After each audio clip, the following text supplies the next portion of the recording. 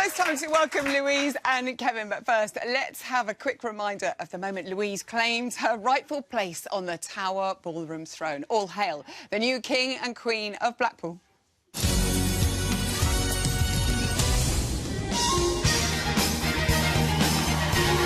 It was dynamic, it was strong, it was passionate throughout. The flamenco stuff I really loved, full of drama, full of line up the skirt. I thought looked very natural and confident. Beauty, artistry, power. Fabulous. Louise and Kevin, everybody! Welcome, my darlings. That passo was of epic proportions, and props to you, because, Louise, I know how scared you were about how huge it was last week.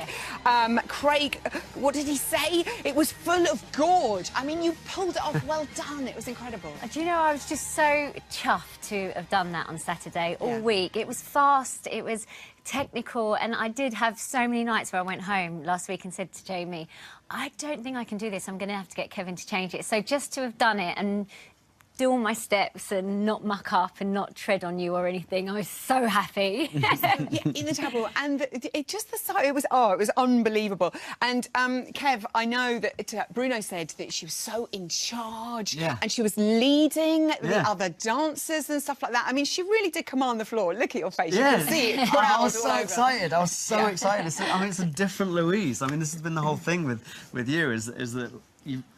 Throughout all the weeks, you've just grown and grown and grown in confidence. We never could have done that number like even a month ago.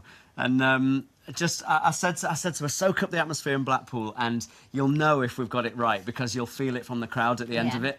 And she was going for it at the top there, banging around in the flamenco, and I went on my back at the end, and I felt the floor just shaking like that with people going. And I could have cried, honestly. She was amazing. Last week when I was saying to you, the atmosphere of that place, did you feel it? You felt it? Yeah, you just get a huge amount of goodwill. You can just see everybody wants you to do well. There's sort of the audience are with you from the minute you sort of set out onto the stage. And and I think I was fortunate that I had such a great set and the throne and the concept. And I think Kevin had sort of put together an amazing dance for everybody and choreographed it all. So, yeah, it was just such an honour to even be included in that number in the Blackpool show. It's something I'll never forget, ever. I know, you're making me really emotional, actually. 38 points, joint second on the leaderboard, and congratulations, the highest Paso Doble score of the series so far.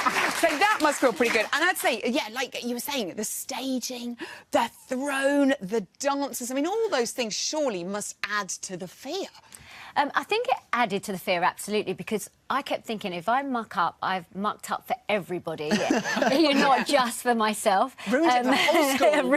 Ruined the whole thing. And I did feel, and I know I said this on the night, but for Kevin, everybody says he does the best passos and he's incredible at it. He has a huge amount of history at Blackpool, and I knew that it was a night I needed to deliver. So I think just through the week, I'd put so much pressure on myself that I can remember sitting at the top of the throne thinking, just let me get down the stairs. Just down the stairs. Well, I think the whole nation were with you there. I mean, Darcy was so impressed. And I know a lot of people online had the hashtag Cape Fear, because everyone was thinking about Madonna. Madonna in the cape and the stairs. And I was thinking that could so have happened to you. I would have had a long way down as well. To tumble. Those stairs were high. Hopefully one of the extra dancers would have run over and picked you up. Yes, I know. But you did it. And also, Kev, you had admitted that it was possibly the most difficult routine you have choreographed for a celebrity. Yeah, it was. It was. I put so much into it. I think because the pressure of doing a passo at Blackpool, I mean, it seems like every year, like it becomes a big dance. And when we got told that, you know, Paso Doble was our next dance coming up, and it was Blackpool, and we get the extra dancers, and we're coming up with the concept, I was just thinking, we have to go big. Like, it has to be epic. We can't play safe on this one.